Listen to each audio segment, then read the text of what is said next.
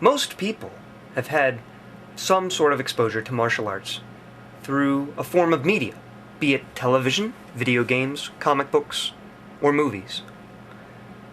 It's something of a commonly known fact that these arts have been practiced for a long time and have some sort of history behind them.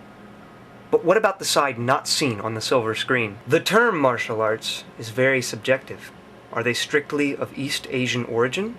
Do they have to be an aesthetic practice, or do they have to be practical in combat? Depending on who you ask, you will get very different answers.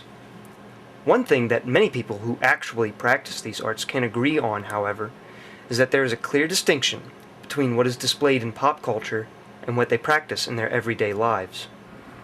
Some form of an organized approach to combat exists in every culture and people around the world. The Chinese, in particular, are well known for the vast and colorful approaches their culture has to martial arts. Amongst the complex concepts that the Chinese martial arts embody is the idea of internal martial arts, which were developed by Taoist monks as a form of self-defense and fitness. They focus on balance and whole-body coordination as opposed to brute strength. They contain no acrobatics or flashy moves and are an example of an aspect of these arts that the public rarely sees.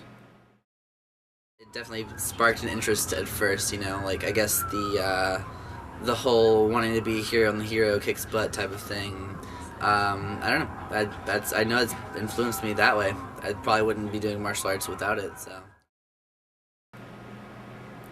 It is commonly agreed amongst many people who practice martial arts who have some experience with them in entertainment that Bruce Lee was one of, if not the most influential figure in American martial arts history.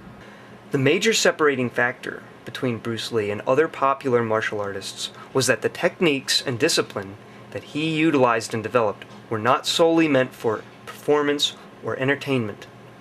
Unlike actors such as Jackie Chan and Jet Li, Bruce Lee was not raised in a facility with equipment and teachers provided for him.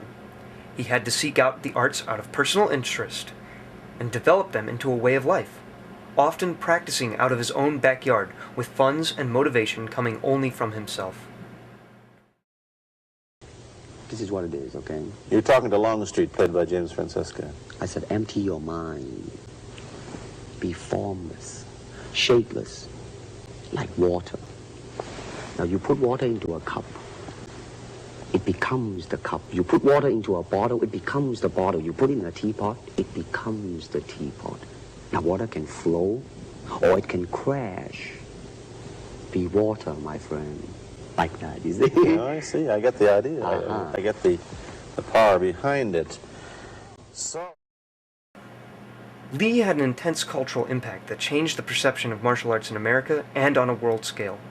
Considering his death at age 33, he would have no idea the amount of influence his work would have.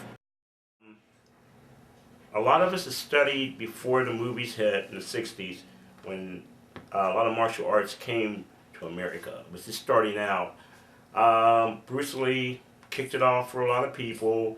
A lot of people wanted to be Bruce, and a lot of people started studying, and that's pretty much it. Martial arts mean many different things to the people who practice them.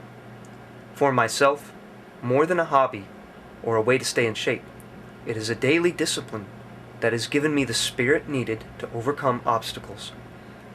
The effort and the passion put into the art and the way it has strengthened me from the inside out is what I feel isn't represented in pop culture, and the aspect that must be experienced to be understood.